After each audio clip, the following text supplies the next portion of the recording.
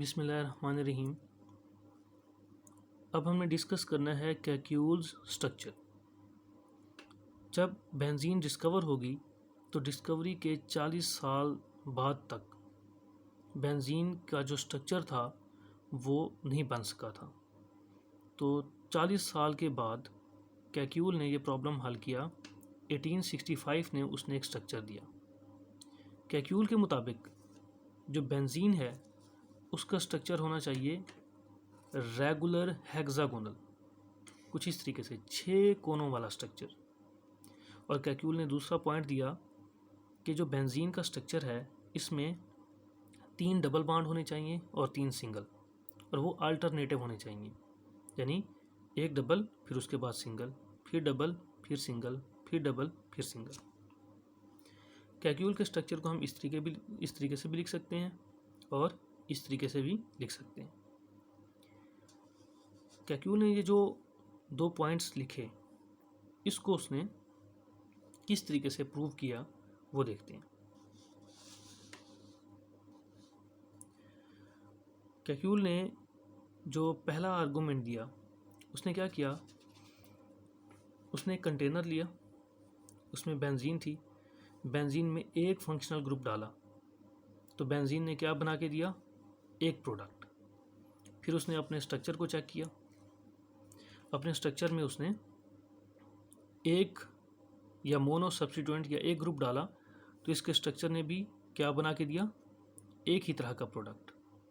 जो straight structure था वो 3 तरह के प्रोडक्ट बना के दे रहा था, लेकिन ये हमेशा एक प्रोडक्ट देता है। चाहे एक्स को इधर लिखें हम इसको 1 पढ़ेंगे, चाहे एक्स को इधर लिखें हम इसको 1 पढ़ेंगे, किसी भी जगह पे एक्स को लिख दें उसको 1 ही पढ़ेंगे, और उसका मतलब है मोनो सब्स्टिट्यूएंट या सिंगल प्रोडक्ट। क्लियर। दूसरा इसने क्या किया, अब उसने बेंजीन की तरफ एक नहीं बल्कि 2 फंक्शनल ग्रुप भेजे या 2 फंक्शनल ग्रुप उसने ऐड किए, तो उसने देखा कि आउटपुट क्या मिली, 3 प्रोडक्ट।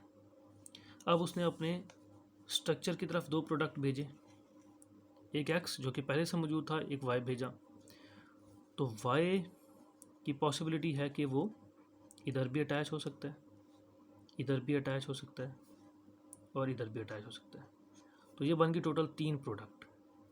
और एक्चुअल में भी ऐसे हो रहा है, बेंजीन में जब 2 सब्स्टिट्यूएंट होते हैं या 2 फंक्शनल ग्रुप होते हैं तो आउटपुट में 3 प्रोडक्ट बनते हैं। और जो बेंजीन का स्ट्रक्चर दिया है कैक्यूल ने उसमें भी जब 2 ग्रुप होते हैं तो वो मिलके 3 प्रोडक्ट बनाते हैं। तो एक्चुअल एक्सपेरिमेंट भी 3 प्रोडक्ट बना रहा है, बेंजीन का स्ट्रक्चर भी 3 प्रोडक्ट बना रहा है। तो इससे बेंजीन का जो स्ट्रक्चर है वो साबित हो गया।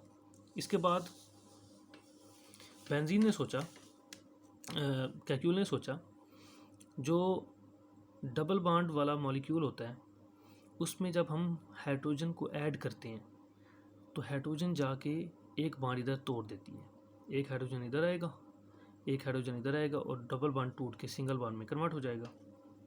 तो उसने क्या किया, बेंजीन के अंदर पहले 3 हाइड्रोजन भेजे, तो ये तीनों जाके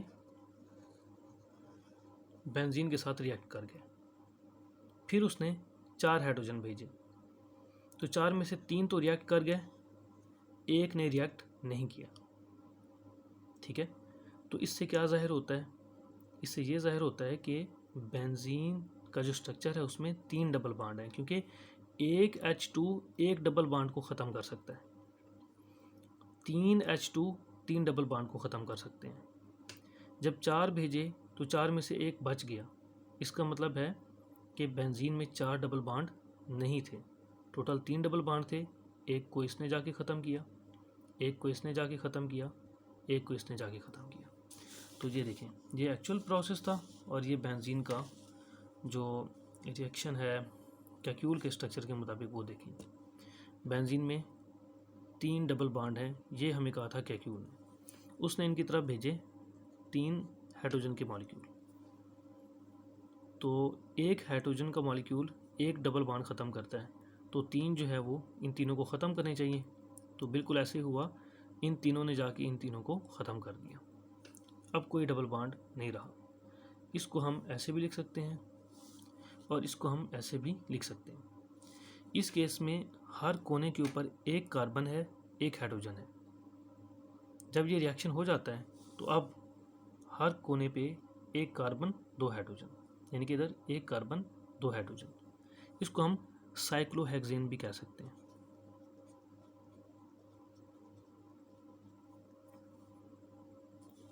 चौथा उसने आर्गुमेंट ये दिया कि जैसे हमने हाइड्रोजन का मॉलिक्यूल ऐड किया, वैसे ही अगर हम 3 मॉलिक्यूल क्लोरीन के ऐड करें सनलाइट की मौजूदगी में, तो एक क्लोरीन का मॉलिक्यूल एक डबल बॉन्ड ख़त्म करता है, तो ये 3 जाके इन तीनों को ख़त्म कर देंगे।